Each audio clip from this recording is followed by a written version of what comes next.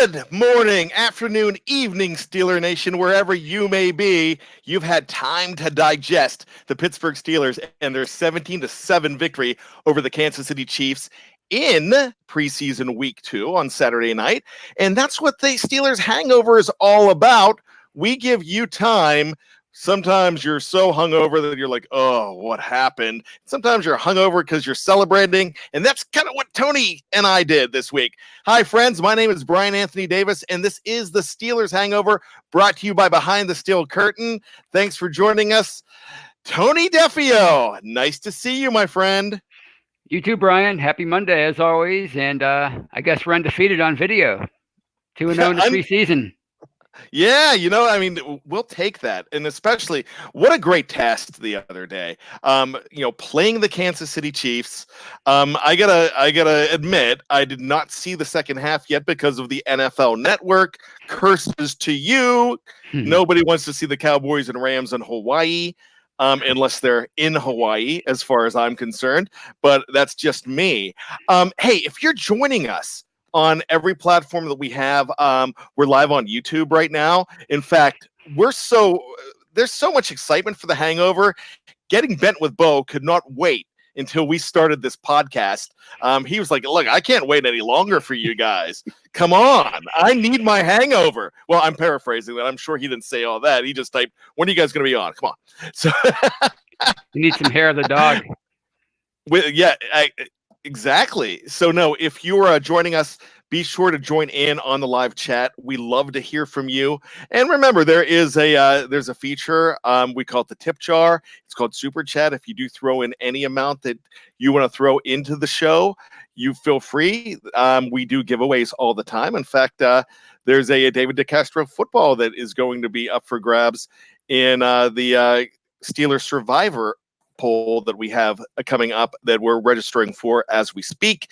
So many things. We gave away tickets to the Tampa Bay game a couple weeks ago. We also have given away a Juju Smith-Schuster jersey. So there's tons of things that we do on the show, and that's what the Super Chat is all about too. Plus, we know that we want to hear from you. So here we go. Tony, how are you feeling? Did the hair of the dog bite you? Did you have to go in and go out and play football just to make it better, or are you feeling good about that game? It was a smooth hangover the next day. I really had a great time watching that defense with most of the starters in. The pass rush was excellent. The coverage for the most part was excellent. So, I mean, it's only preseason, but I mean, Patrick Mahomes was the MVP last year, and they limited him for the most part in the short time in the game, and they terrorized Chad Henne for the most part when he was in there. So I really like what I saw from that unit. So September 16th of 2018, I was in the end zone, and I watched Pat Mahomes torch that team like crazy. And Getting Bent with Bo mentioned that he would have bet his very last dollar that Mahomes was going to torch us our first drive on Bold and Bizarre Predictions. I said that he was going to go 5 for 6 with a touchdown on that drive. But to quote Steelers fan 19, the D looks great so far. And that's the way I felt. I was just after that first drive. I looked, I was watching it by myself on my iPad. I was actually in the woods, but I was watching on my iPad, and I was like, wow, they just got away with something. Could this be a new defense? So the question, we're going to get to the headline tonight right away, Tony. And here's the question. Everybody wants to talk about the defense.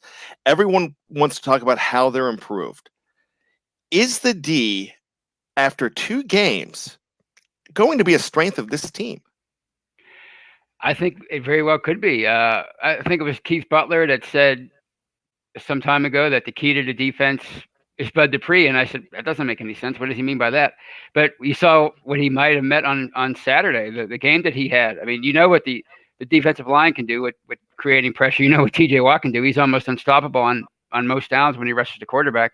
And if Bud Dupree can get it all together, like you saw on Saturday, then, that's going to be a formidable front seven. And you have Devin Bush and Mark Barron. You have so much more speed at inside linebacker. You brought in Steven Nelson to be a really good cornerback opposite of Joe Hayden, who we know what he can do. So, Sean Davis is in the second year at free safety. Terrell Edmonds is in the second year period. So, yeah, it could be a strength if if Bud Dupree keeps ascending, and if Devin Bush is the real deal. I think so. Yeah. Well, you know what? Here's the key for me. You mentioned this player, and I think one of the key players that that was not on that field, and it was perfect that he was not on the field, was Devin Bush. I'm thrilled that I mean, I want him to be okay. I mean, it might have been something. I don't think it was. I think it was just a precaution to keep him out. I don't think it was a big deal. But for me, the big thing was we saw what that defense could do without him. Mark Barron did a lot out there, and you have faster guys. You have guys that feel more inspired.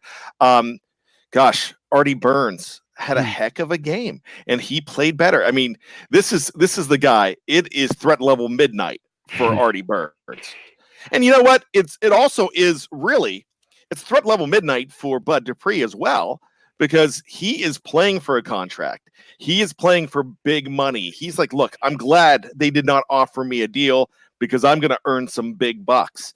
And I mean, great. I want an inspired guy out there that's going for his big contract to play, and I'll take that problem in the offseason.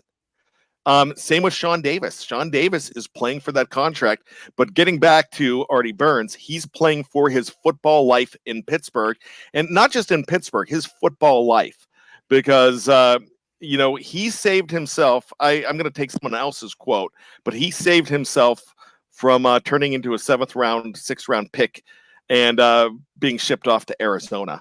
With that being said, so I'm really thrilled with that. Reginald Rivers, he has just chimed in. Terrell Austin is the key to the Steelers defense. What has he made that much of a difference already in your mind, Tony? I think he very well could have. They brought him in to be for a reason. They must have brought him in, to be a consultant, a secondary coach. He's a former coordinator, so. I mean, I think, they definitely he's adding something to the mix that wasn't there last year. I mean, you have guys like Joey Porter, who he had limited experience as a coach, and now you have a guy in there like, Austin, who has a lot of experience, and, he's joining Tom Bradley, who's been around forever, and Keith Butler's been around. So, I mean, it's definitely more of a veteran coaching staff this year, with a lot of experience, a lot of backgrounds in many different areas. So, yeah, I think he could be a big difference and a big influence. Who, Tony, is the defensive coordinator of the Pittsburgh Steelers, or is there is this a job by committee right now? I mean, I know we have the title with Keith Butler, but are they doing this together? I think it's a committee approach, and I think it's been that way for a few years with Mike Tomlin's influence. I think he's been, you've heard these rumors that he's been, taking over the defensive meetings, and he's calling some of the plays on the sidelines. And I think bringing a guy in like Austin, almost have a three-headed monster now with three coordinators, three guys who have coordinator experience, and then obviously Tom Bradley, everything. So I think it's more of a committee approach, like you said. And you know what? You have veteran coaches here that they can handle the committee approach too. I mean, one thing about Keith Butler that I will say, I think he is a class guy. I think he is the kind of guy that understand. I mean, look, he spent all those years under the great Dick LeBeau, and he was the linebackers coach, and he was thrilled with being the linebackers coach. He has his 2 rings. Remember, he has 3 boys. He wants one more ring for one more son. So I would love to see him get one, any means necessary. And for me, I mean, I'm glad he has no problem. I mean, look, he's still the defensive coordinator in name. He's still the defensive coordinator in pay. That's fine. But I don't think he has any problem doing this as long as they get results, because this is a guy with no ego. And that's what we need. That's what this new 2019 team is all about. No ego, playing for the team. I want to quote Odessa Hall Menifee. She just said, "Good evening, everyone. PS4L. Pittsburgh Steelers for life." And that's kind of what it feels like right now. It kind of feels like that these guys are invested as a team. We've talked about the kumbaya approach for a long time, and it still feels like it's happening. Everybody's impressed with the D so far. Joel Coleman says that it looks so much faster and capable of creating turnovers. Rodney Lyles, great comment by Rodney Lyles. We need to cover the seam routes. It's still an issue. Yeah, it is still an issue. That's not the easiest thing to cover. How do they get back to that, Tony? Or not that they've really ever been there, but what's the best way to cover those seam routes? Well, I'm assuming he means like the tight end, because you saw the one play where Tyler Minikevich, he had trouble on that. I think it was a 27-yard hookup to Yelder, the tight end. You have to do it with speed, and they brought a lot of that in. Like you said, it's a faster defense. It's faster up the middle with Bush and Barron. Terrell Edmonds, he was brought in to fill some of that role, dime linebacker, that kind of thing. So I think you have to. You saw what they did on draft day. That's how you cover the seam. You cover the seam with a guy like a Devin Bush, or in free agency with a guy like Mark Barron. That's how you do it. That's what they were brought in for. And you know what? Those were great personnel moves. Captain Underpants threw in $2 into the tip jar. He said the defense is a strength. I love the defense now. Great comment. I really feel so much better about this defense. Andy Shue, Matakevich had some decent stops. Yeah, I mean, this guy, here's another guy. I think he's playing for his football life. And the reason being, the week before, now he had a very good game against Tampa Bay as well. But when you have a guy in there that's in his first year, like Ulysses Gilbert III, and other guys hungry, guys excited to play special teams like Johnny Holton, Benny Snell Jr. He's not a defender, but on special teams he sure is. He was he's a monster on special teams, and that's great. So a guy like Matakevich really has to go ahead and make those stops, and because he is a special team phenom. In fact, he is capable of being a Pro Bowl special team player. The problem is when he's in there as a linebacker, when someone's hurt and he's your next man up, he's a little bit of a liability. But this year he's playing so much better, and that's against some better competition, not just in the third and fourth quarters. That's first half preseason competition, so that's a little bit better. Captain Underpants, Burns, Bud, Bush, and Barron, killer defensive bees. I tell you what, the killer bees thing has been done, so we're going to try this one. Captain Underpants, what do you think about this? Tony Defeo, what do you think about this? The Thriller Bees. I like it. That's wait. Or we're in Western PA. We're Yinzers. I'm a Yinzer. Even though I'm in Maryland, I'm a Yinzer because I was born in Johnstown, lived there most of my life. How about the Stiller Bees? I can't argue with either one of them. I like both. I like both. Yeah. Stiller Bees. I like that. Wow. So the great Bryan Davis. I'm not gonna say great. Andy Shoup, safety over top, got to react faster to it. Yeah. Now, so the safety position, Tony, is this a position that is, I don't want to call the weak link, but is the safety position the team, the position group, the squad, the unit that is, I don't want to say suspect, but is the one that might be the biggest liability at this point? I think it's definitely the one that you have to be concerned about, because I think that's with a guy like Edmonds in there, and and with the depth with Jordan Dangerfield and Cam Kelly from the AAF, and obviously Sean Davis, he's had his detractors. So it's definitely at least proven. You know what the linebackers can do. You know what the corners can do now. They're veterans, meaning Burns and Nelson.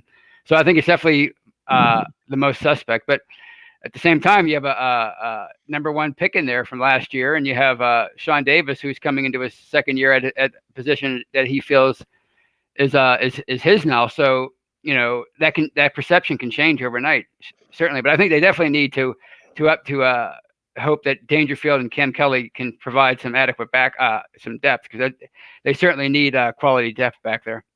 Yeah, and remember, we've got PJ Locke in the queue. We've got Trayvon Askew Henry in the queue. Actually, we've got to find something, especially if he makes the team, something easier to call TAH.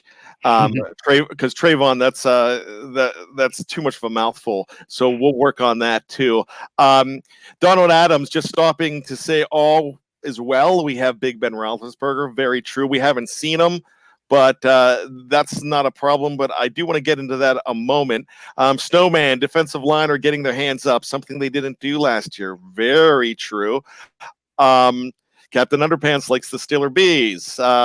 Remember, this chat board's for all of you, so that's great. Thomas White, I love this. He's got two. I'm going to just mention the one, Silent Bees. I kind of like that. The underrated bees, he also said. Dennis Sheridan, bees remind me of those two, so let's move on from insects.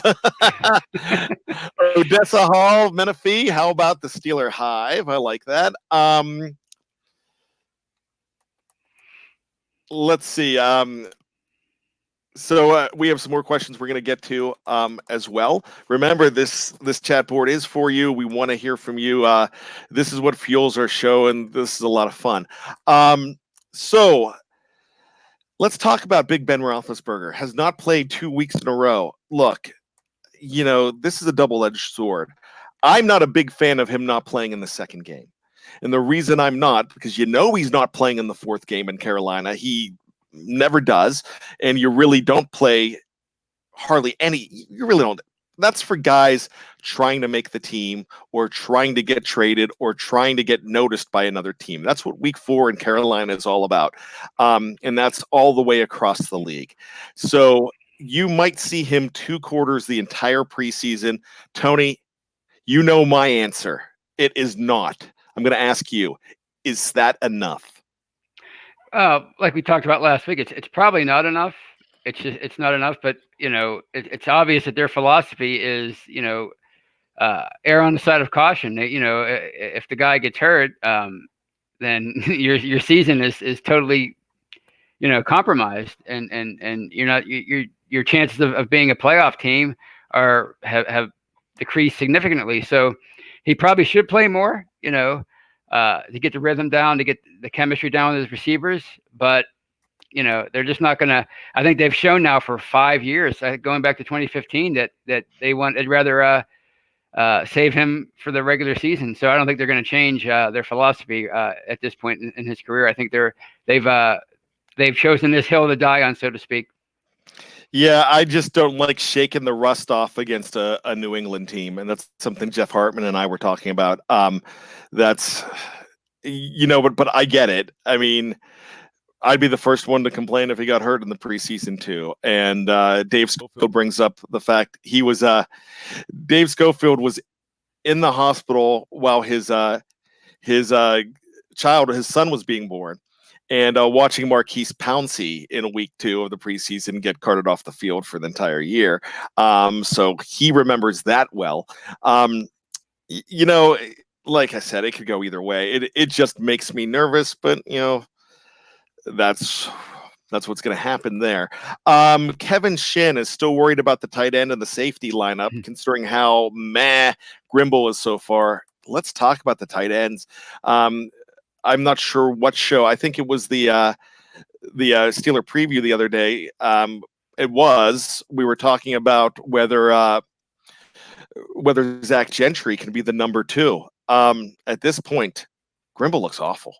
Yeah. Grimble looks uninspired. I'm not a Grimble fan because I think it was you who wrote an article not too long ago that maybe I'm wrong, that we need to forgive Grimble for the fumble in Denver. Was that you? Mm-hmm. Okay, Tony. You're my boy. I love you. I completely did. I don't forgive him. You know why I don't forgive him? Because he's like, I was trying to punish the guy. I was trying to run through a guy. So he's trying to make a highlight. The highlight is scoring a touchdown. And in that vein too, he wanted to punish somebody. Toughness that you saw the other night. He pulled out the old alligator arms and his drop over the middle. I mean, he's 260 pounds. He's worrying about a safety coming up to hit him. I get it. But if you want to preach toughness, then in that situation, you better make that catch and then worry about punishing the safety. And I think he came up short there, literally with the alligator arms, and that's not what you want from your big tight end over the middle. Crazy Dean does say that. I'm sorry. No, it wasn't Crazy Dean. I lost it now. Oh, Andy Shoup says Grimble had great block on the Samuels TD run. Well, that's true, and you do need the block. But is TE2, is he on the roster right now? Is he actually practicing with this team? I don't think. I think they're going to do what they did two years ago, and they're going to bring somebody in. Obviously, not on the same caliber as Vance McDonald, because I think they brought him in more to be the starter, which he is now. But yeah, they're definitely going to be scouring the waiver wire at some point before the start of the season, because they have to. I mean, you've seen nothing from Kevin Rader other than penalties and fumbles, and Zach Gentry. He looked athletic on that touchdown last week, but where was he on Saturday? I don't remember even seeing him in the game. So I think they might have to do some waiver wire diving. That's the big concern for me right now, tight end, especially with Vance McDonald's health. We haven't really seen a full season out of him in the 2 years, so that's important. Reginald Rivers, bad. Why are the Steelers still holding on to Chicolo? His position should go to the rookie from Toledo. If he's talking to Czar Skipper, I love Tuzar Skipper, and that's one of the guys I've been on for a long time. I just think he has a great look. Even before he puts the pads on, he looks intimidating. Then he goes out there and he plays with every bit about it. We've had some good luck with undrafted guys from Toledo the last couple years. Look, his old teammate with the Toledo Rockets, Ola Adeniyi, he is out for 4 weeks at least with that torn meniscus. This really gives a good opportunity to Czar Skipper to jump into that number 4 spot if they keep 4. Hey, look, Chicolo, he's not sexy. He's not the guy you want starting every week, but he plays real well, especially when you need him. He will have flashes of brilliance. He's not a 10-sack guy, but he's going to get 2 or 3 a year out of you. You're going to get 2 or 3 a year from him. You got to keep him. But at this point, I think they both make the team. Crazy Dean has another question. Is that other kicker, Matthew Wright, a real threat to beat out Boswell? No, I don't think so. I think he is a real threat to make an NFL roster, though, Tony. What do you think? Oh yeah, he's got he doesn't have the strongest leg, but he definitely has a strong enough leg. But no, he's not gonna beat out Boswell. I think Boswell's won the job, or he kept his job. But Wright definitely has a shot at being picked up somewhere else. I mean, all it takes is one bad game for a kicker, and they're ready to cut him in some places. So I could see him being on an NFL roster certainly before the end of the 2019 regular season. Rodney Lyles asked about Skipper as well. Andy Shoup asked, do you think the new deal for 3 preseason games and expansion of 14 playoff teams will pass through negotiations? That's better than the that last crazy idea with players could only moving to 18 games and players could only play 16, which was the most ridiculous thing ever. I mean, that's a possibility. I'm going to be perfectly honest. I did not see that proposal as of yet, or hear talk of it. Joe Klecka, is everyone expecting a better team this year? Super Bowl was always talked about last year. What's the ceiling this year? I think Super Bowl's a ceiling, Tony. I mean, I don't think it's of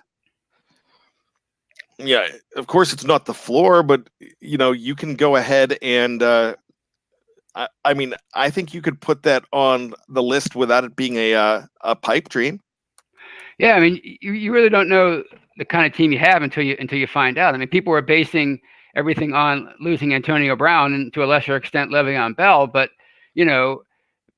15 years ago, they drafted Big Ben, and he was going to be the future, right? He was going to be the future. He was a down-the-road kind of a pick. But it turns out he came in the second game, and the rest is history. Troy Polamalu was the lost rookie in 2003, and then the next 6 years, he was a Defensive Player of the Year candidate every year, and he's one of the best who's ever played. So you just don't know what Juju's going to bring. You don't know what Devin Bush is going to be. You don't know what what a lot of these guys are going to do for you. So, you talked about Tucson Skipper or Tucson Skipper. You don't know what kind of player he's going to be. You don't know what kind of player what Steven Nelson's going to be able to do for the defense, or Mark Barron.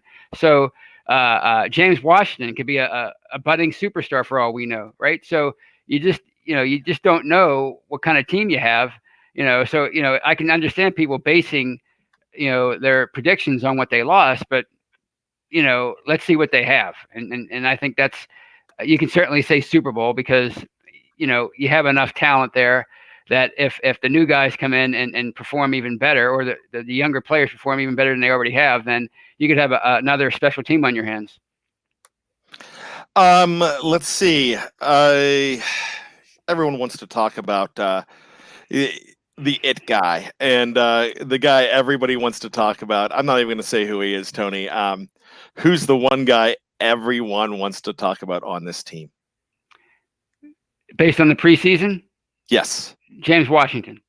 Okay. Yeah. And you know what? That's not who I'm going for. I put you on the spot, and I'm sorry. I'm loving James Washington. I think right now that he's your wide receiver too, because he's not just catching balls from Mason Rudolph. He's catching balls from Josh Dobbs. He's catching, I believe I don't think he's been in there with the guy that everybody's talking about. And it's Duck Dynasty. Okay. Way over my head. Let's get down to it. Duck Dynasty. Devlin Hodges. You know how much I've talked about this guy. Because, he and Skipper came in at the same time in rookie minicamp. And I started looking into him, and I'm like, wow, this guy is not just a camp arm. I talk about it all the time. He beat out Steve McNair's 24-year-old record, most passing yards in FCS history. Was the FCS Player of the Year last year. He's 6'1". This guy's not 5'11". He's 6'1". Guy named Baker Mayfield is 6'1". Somebody, and if I don't give you credit for it, I do apologize, because I did not. I went past it, but somebody on the live chat, and I'm hoping to find it, mentioned that Brad Jewett mentioned that Hodges reminds me a lot of Baker. You know what? He does remind me of Baker Mayfield. This guy has poise back there. He was 3 for 4 the other day. He was 8 for 14 last week, but that 8 for 14 last week really should have been an 11 or 12 from 14. He looks really poised. So here's the question. Joshua Dobbs does not really look amazing. He looks average at best.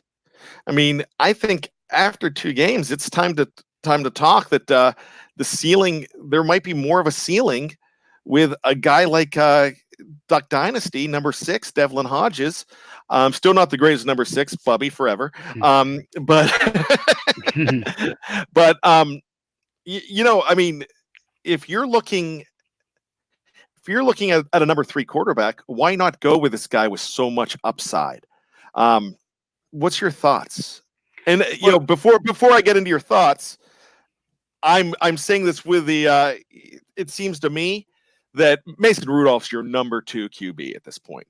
Would you agree with me on that? Yeah, I think he separated himself. I think we talked about last week. His performance showed that he was even with Josh Dobbs, but I think after the way he played on Saturday, especially in that touchdown drive, the throws he was making, he's definitely separated himself. And and I think, like we talked about before, they want him to be a number 2. They have plans for him to be the number 2. So yeah, I think he's the number 2. Getting bent with Bo. Tell me Hodges doesn't move around and throw the ball like a poor man's Mahomes. Hey, you know what? I'll take a poor man's Mahomes. I'll take a poor man's Breeze. I mean, this guy, he reminds me of just one. Like, let me throw it. I mean, I'm gonna give me some room on this one. Jeff Garcia. Kind of, I mean, reminds me of just the manner in which Jeff Garcia came in. He played in the CFL a little bit. He was undrafted. No one really knew who this guy was. He had a pretty good career. And I would say that if you could come in with no fanfare whatsoever and start building some fanfare, start as a number 3, and next thing you know, you're getting opportunities. like a guy like Jeff Garcia did. You know, that could be that could be a guy, but it's really the upside that that it's all about. And most people on the chat are saying that they really think that he's worth the upside. As far as that goes, what do you do with a guy like Dobbs? Well, it's like you said last week, your idea of trying to see what you can get for him. I think his ceiling is that of probably a really good backup. Hopefully, I think he still has room to grow as far as a backup quarterback. But as far as his potential to be a number one, I think he probably doesn't have that. I mean, you saw on Saturday, he had made a great throw to Eli Rogers to get him down within scoring range, and then one or two plays later, he throws that really bad pick, to end the drive. But that's what backup quarterbacks do. So if you think that's his ceiling, then you're better off trying to part ways with him. And this is really all about Mason Rudolph. If they think that Mason Rudolph is not only a number two, but if they think he's potentially the heir apparent, then you're going to have to give him a lot of playing time in the preseason. And you really can't do that if you're having him fight Josh Dobbs every preseason for the backup role. So you bring a kid in like Hodges, you let him develop, as your number three, in practice. He's not going to get as many reps, but at some point, Mason Rudolph is going to have to, like Landry Jones said, starting in 2015, he played entire preseason games. You're going to have to do it with Mason Rudolph over these next few seasons. Not the entire preseason, but you're going to have him play entire preseason games if you want to truly groom him to be Ben's replacement. So I mean, that's what this really is all about. I think it's about establishing Mason Rudolph as a number two guy, and you really can't do that again if you're having him fight for that job every summer. So I think you bring a guy like Hodges in, you have him as your number three. If some catastrophic thing happens in a regular season and you need a quarterback, you have to go and get a veteran to bring him in, if you're down to Hodges. But, I think it's a bad idea for him to be your number three. I think if you're dipping down to number three quarterback, then you're in trouble anyway. So, you might as well have a guy with a lot of potential on your roster. The number three is your practice squad guy. The number three, because they're not keeping a fourth quarterback. They just aren't. Right. And you're not going to keep a guy like this on the practice squad. Somebody will give him a shot as a number three. Look, in your third year, like Josh Dobbs is in his third year, if you're fighting for the number three spot, you go with the younger guy with a lot of upside. Somebody mentioned that Dobbs' biggest strength is his legs, and that's true. But really, for what they need a passer, and I think you have more of a pure passer in Ducky here. Will Deontay Spencer's ability to return punts and Eli Rogers looking like he's better be the combo that makes the Steelers cut Switzer? Raphael Hung sends that in. I love Deontay Spencer, and look, I'm not high on Eli Rogers. I think Ben loves Switzer. Yeah. I could see Switzer stick around as a wide receiver, as a slot receiver. Either Switzer or Eli. I just don't know if for me, I'm not sure about if Eli's ship has sailed. Because when he was in there 2 years ago before he got hurt, he was dropping a lot of balls. So I love that question. I'm just not sure of the answer. We will see that a little bit more. I don't think Switzer gets cut. I don't think Eli Rogers gets cut. I think they get one of those guys gets dangled for a 7th round pick. They swapped 4th round picks. Or actually, they swapped a 5th round pick for Switzer or something crazy last year. I mean, but that's a guy that could be traded in week 4 of the preseason. Here's a Trey Dobbs, don't cut him. Thomas White says, I would take a 4th. Thomas, I would take a 7th. Yeah. You're not going to get a 4th. Yeah, I would take a 6th. Snowman threw in $5. I just saw it. Did James Washington do enough to solidify the number 2 wide receiver? I'm just going to answer it with yes. Yeah, getting bent with Bo. Dobbs got torched by a 4-12 Raider team. I will never forget that. Don't worry about it. I bring it up every single time. Dave Schofield, our stat man extraordinaire. How did Dobbs end up with the highest grade on offense according to PFF? Logan DiLorenzo answers that with PFF as a joke. I'm like, look, I have no idea on that. But BFF, not best friends forever, but Bryan Football Focus says that Mason Rudolph was the showstopper the other night, and Devlin Hodges is your number 2. So let's go with BFF on that one.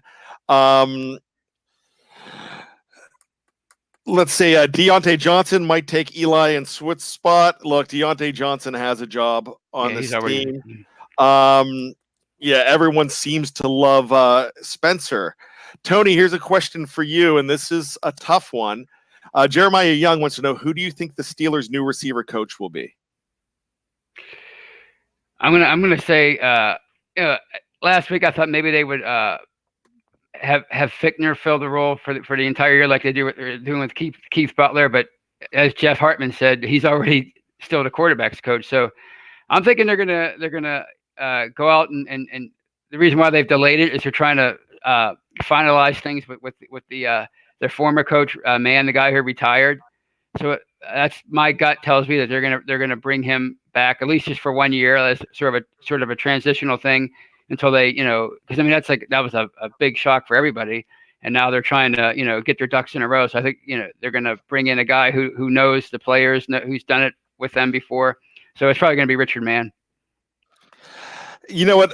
That's a possibility. And look, you still have I don't think you do anything major this year at this point. You have Ray Sherman in helping out, which he was helping out beforehand. I don't even expect one to be named at this point. I just kind of expect them to go ahead and maybe have some of these veteran coaches help out. A name that I heard of, a very interesting name that I heard of. I don't think he's employed though. The assistant receivers coach for the Carolina Panthers is a guy we all know, Jericho Cotchery. But I think they addressed that in 2020. Really, I think this is a committee.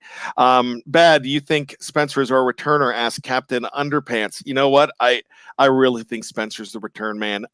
He returns punts. He returns kicks. I think another guy you have, if he makes the team, is Johnny Holton. I actually think Johnny Holton has a chance to make the team because he's your DHB type, just like they used Darius Hayward-Bay. Here's an interesting thing popping up on the live chat.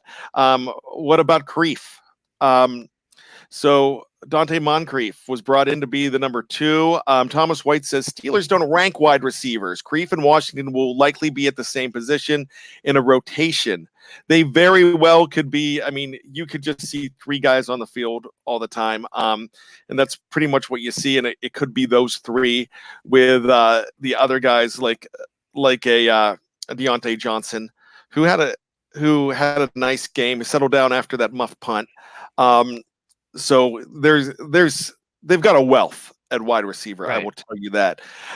Crazy Dean wants to know, should Dirty Red make the team? Gosh, that's tough. He's playing like a guy that should make the team right now.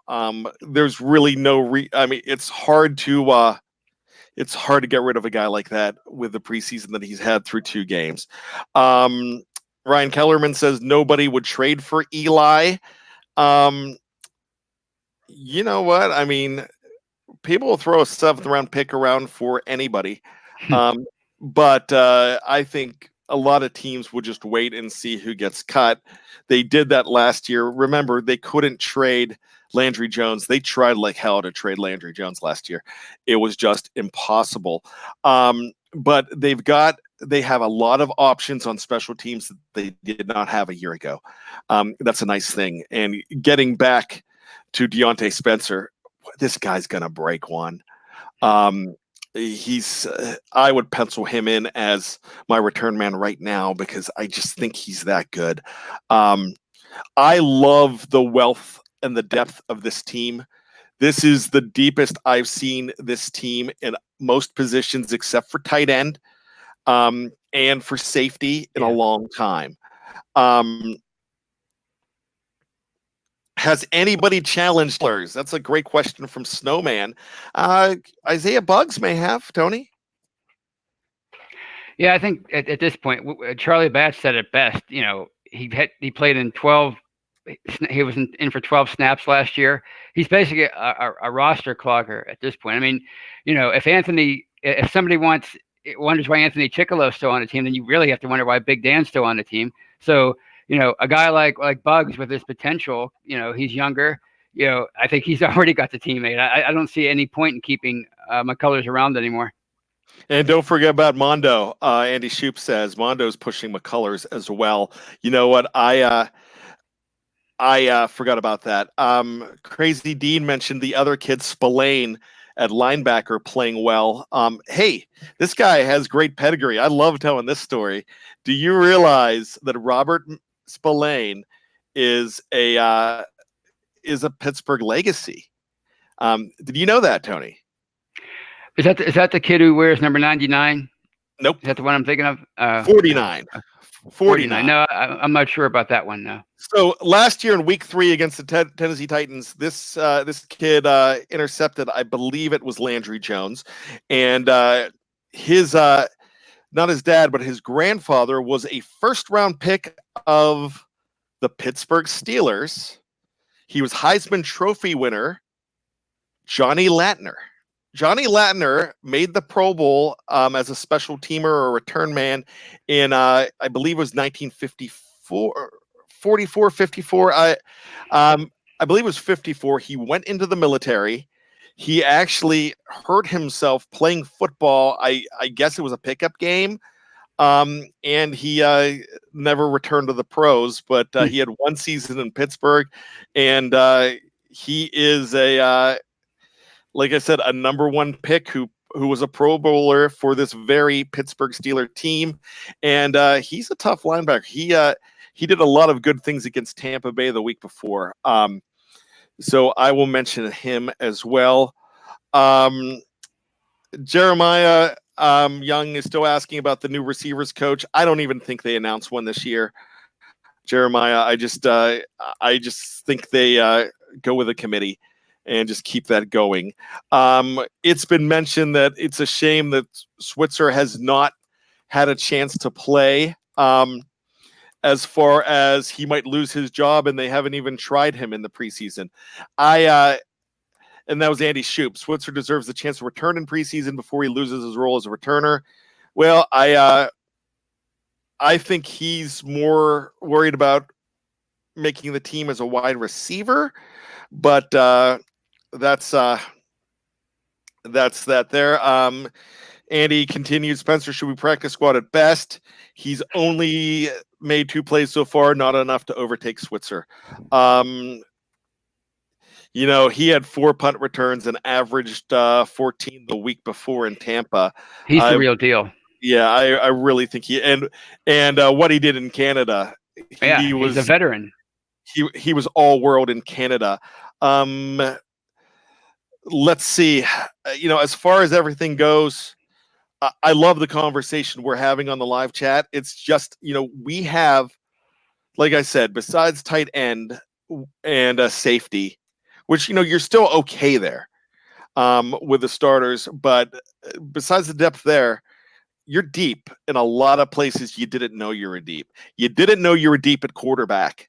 You're a lot deeper at quarterback. You definitely didn't know you were deep at inside linebacker. Now you have guys that are fighting to make the team. You didn't know you were deep at outside linebacker. I'm not going to call you completely deep at outside linebacker, but you've got a better situation now that Skipper is playing this well, and you have a guy like Ola Adeniyi who's coming back. Switz hasn't done much of anything returning since getting bent with Bo. Yeah, he really hasn't. He looked like he he would get out of trouble. He's a water bug back there. You think he's gonna juke, but he hasn't really gotten away. Justin Conway, do you think they trade for a tight end before the start of the season? That's a possibility too. We saw 2 years ago with Vance McDonald. So that's something that we could see. I just had here. It was Odessa asked, how is our depth at cornerback? I don't think bad. We haven't seen much of Hayden, but Hayden's going to be your guy back there. Steven Nelson looked decent the other night in the action that he played. Artie Burns looked a whole heck of a lot better. You've got Cam Kelly, who is both a corner and a safety. You still have Sutton. You have guys back there that could play, and don't forget Justin Lane. Sure, he's had growing pains, but I know the 80s sitcom with Kirk Cameron, so growing pains could be a good thing. And I had to throw that in. It was mentioned earlier. Austin Safarian Jenkins could be a guy there that they could bring in, even though he's had some issues. Captain Underpants, Bo brought him up. Captain Underpants asked, do you think they could afford ASJ? It's a possibility. You could get him on the cheap, says Bo. He had injury and suspension issues. That's a guy you possibly bring in. But with that being said, Tony, we had a hearty conversation. We had a little over 90 on the live chat, which has been fantastic. Something we were worried about it starting at 6:00, but we've had a lot of fun tonight. Today, this morning, whenever you're going to listen to the show, and remember, you just don't have to listen to it live. This is going to be on the site, so keep checking this out. We are going to be here next week as well. So with that being said, Tony, last call for you on the Hangover. What are your thoughts? I'm looking forward to next Sunday, the dress rehearsal. People, there are a lot of questions about a Ryan Switzer, for example. Well, I mean, we hear the report said Ben loves him. Well, if Ryan Switzer is playing a lot next Sunday night, that might be your answer as to whether or not he's making the team. If he's in there and Ben's going to him and he's a big part of the offense, I think that's going to show their hand as far as Ryan Switzer is concerned. And I'm very excited about the defense, about the receivers, about this football team as we continue. And I can't wait to talk about next Sunday's game next Monday. You know what? I'm excited about it as well. Here's what I'm excited about. We're not in a situation right now when we're asking the question, what are we going to do here? What are we going to do here? Our big questions are, how are we going to end up keeping this guy? How are we going to end up being able to have enough room for this guy? So that's, like I said, it's the depth thing that I'm really excited about. I'm going to just George Teston wants to bring back Heath. Yeah, I would take Heath. I think we all would take him off the couch, 20 pounds heavier. I don't care. But you know what? Fantastic. Can't wait to see you all next week. For Tony Defeo, my name is Bryan Anthony Davis. Thank you so much for joining us. You, my friends, have just been hungover. We'll talk to you next week.